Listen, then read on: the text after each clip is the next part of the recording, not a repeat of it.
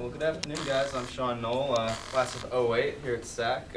And building on what Professor Brokenslop just said, I actually applied to 7 schools when I left here. So variety is the spice of life. So you need a lot of choice. But yeah, I went here in '08. I was 17 years old, hot-headed, and got in arguments with every professor I could. But I learned a hell of a lot, and I'm going to show you guys. For instance, this is the first model I ever built. This is how you learn to build models here. This is how you learn a level of craft that's very appreciated other places. In fact, I don't think I saw models at A&M that were half as precise as this. And this is the first one I ever built. So what I want to show you guys is just a variety of projects that I did at A&M. This is the first studio I took at A&M after transferring from here. And this was a walkway through Wolfpen Creek in College Station. And it was kind of an ambitious model. It drove my structures professor nuts. But it was also a lot more creative than what all the other students did. And like I said, I got, you can see the craft of it. I would actually come back to San Antonio to buy basswood from Azles, because in College Station they just bought everything at Hobby Lobby. And hardly anyone used basswood anymore. They all use chipboard and just really ugly things to work with that don't turn out near as good. But I'm here to talk about A&M and the kind of opportunities it brought for me.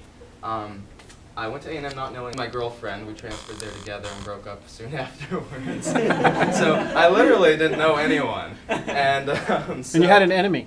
I had no friends and one big enemy. And you know, I didn't know what to expect, and it was very different. You know, A&M, every student uses the laser cutter. They hardly picked up a knife.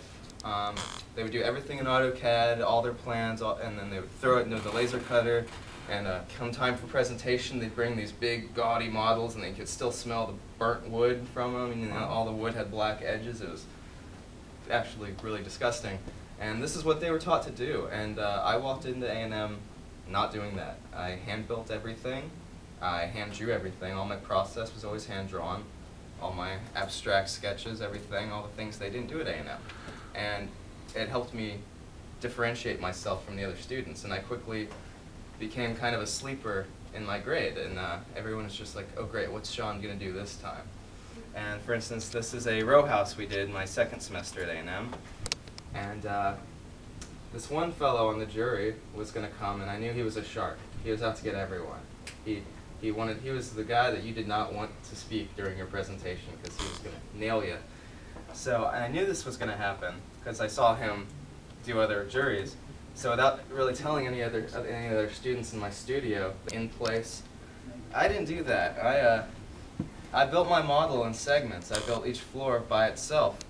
So come time for presentation, this one juror, you know, he asked me, well, it's a real shame I can't see the bottom floor restroom in your row house. You're really not expressing your model very much. You know, immediately trying to undermine your presentation. Well, that's why I built mine to come apart. Because none of them did that, none of them knew I did this. But these are the kind of skills you learn here at SAC that can really help you shine at another program. And this was a very successful model.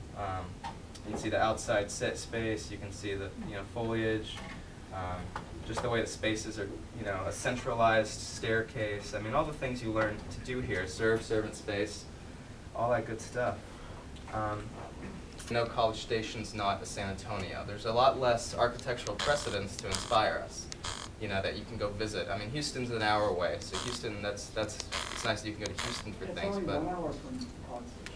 Yeah, and we went to Houston almost every other weekend to go look at architecture, to go look at all the Philip Johnson buildings there, things like that. But the leadership at A&M knows that it can be a little bit rough to be inspired a lot. So junior year, they you have to leave the college for a semester. And you have 3 choices. You can either go intern, which I had already done, so I didn't feel that was necessary. You can transfer to another college, and one of their students comes to A&M and you go there. One of my friends went to University of Oregon, where he was very successful and had a lot of fun. And then the best option, third option, is you can go abroad. And they give you 4 choices. You can go to London, Italy, Barcelona in Spain, or Germany. So I chose Italy, and it was probably the best experience of my life. I spent 4 months in Italy, And then I spent a month, I didn't come home for Christmas. I told my parents I'm staying out here, and I went to Istanbul for a month. So I got to go there, but this is the project we did in Italy.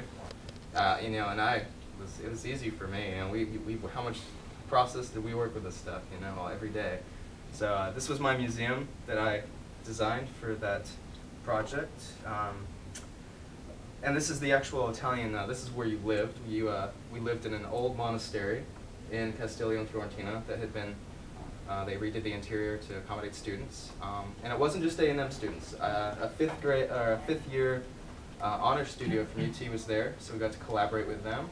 And then landscape students from Cal Polytech were with us. So there's this really beautiful collaboration of colleges, and it's not like what you hear where, you know, A&M hates UT. No, that we had so much fun. We partied with them. We built beautiful models together. We did process together, and it was so much fun to experience, you know, students from other schools and their mindset and how they think and their process. But yeah, and so this model is actually built to where these museums kind of slid into place, so that, you know, every student could just kind of slide theirs in during their presentation.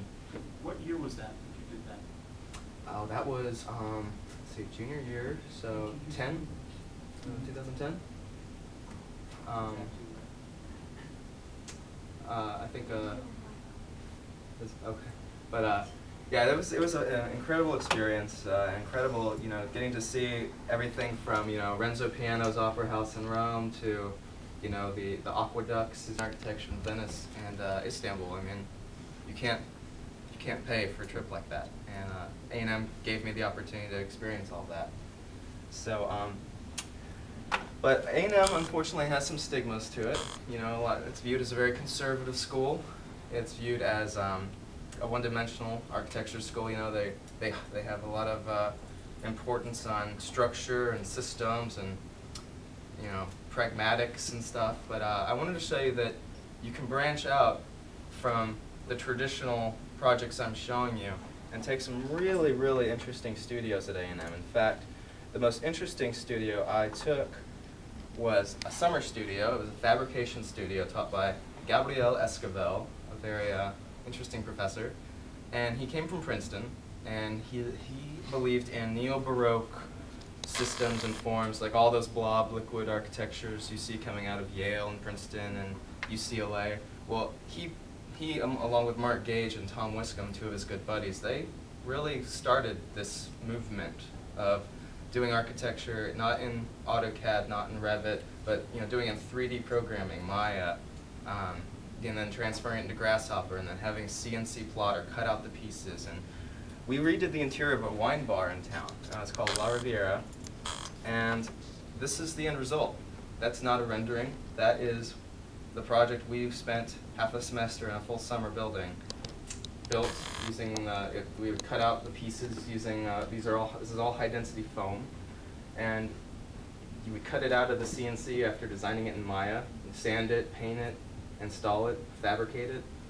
I mean, this is the kind of work that students at Yale wish they could build, but they don't actually have the opportunity to do it. We were able to build it. The owner of the restaurant paid for everything, and we got to have free artistic reign on what we wanted to do.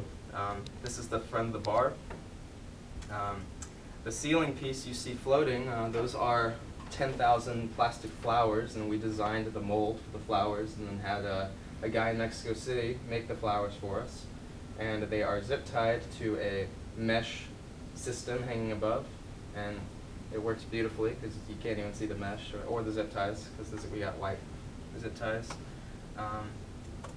And this kind of studio that Esquivel does at A&M, it's all about surface and how you can use surface, you can manipulate surface to create the most abstract forms to the most functional forms. He specializes in water systems. In fact, that's how we designed the ceiling. Was originally the flowers were much bigger, and they were designed as a water catching system. And he went to Mexico City a year later after we did this, and he actually built the full-scale model, which is hanging in Mexico City now. And it can gather, like, 1,300 gallons of water every hour or something like that. I mean, it's incredible what he could do. But you can see a lot of Baroque influence. lots of gold. Lots of gold. That was a headache getting that gold paint. But you can just see how complex these forms really are. And the fact that we, as students, made this, created it, and installed it. I mean, that's something you're not able to put in your portfolio from other schools. Like a built building. And this, of course, got, I think it's a pretty popular website, Sucker Punch. This got published on Sucker Punch no less than a month after we installed it. In fact, the creator of Sucker Punch is one of Esquivel's good friends, so about every one of his projects gets on there. But this is what you can build at A&M. It's not, A&M isn't as structured and rigid of a program as, as people make you believe. They're incredibly creative, and you have the choice to do something as crazy and abstract as this, and then you can do what I showed you earlier. Let's see. What did A&M was, I kind of wanted to go back to my roots. The kind of thing I did here, the kind of projects I did here at SAC. Let's see, where's the... Go down. More. Do you want your drive? Yeah, I'm trying. Go on, oh, keep there going. it is. There we go. Okay, thanks guys. But the last project I did, I really wanted to go back to my SAC roots because it was my last project at A&M, and me and Professor Downing were really good friends, and she really supported the kind of work I did, all hands. I told her from the beginning, it was my last studio here, I'm not going to use the computer at all. I told her that, and she was fine with it. She let me have free reign.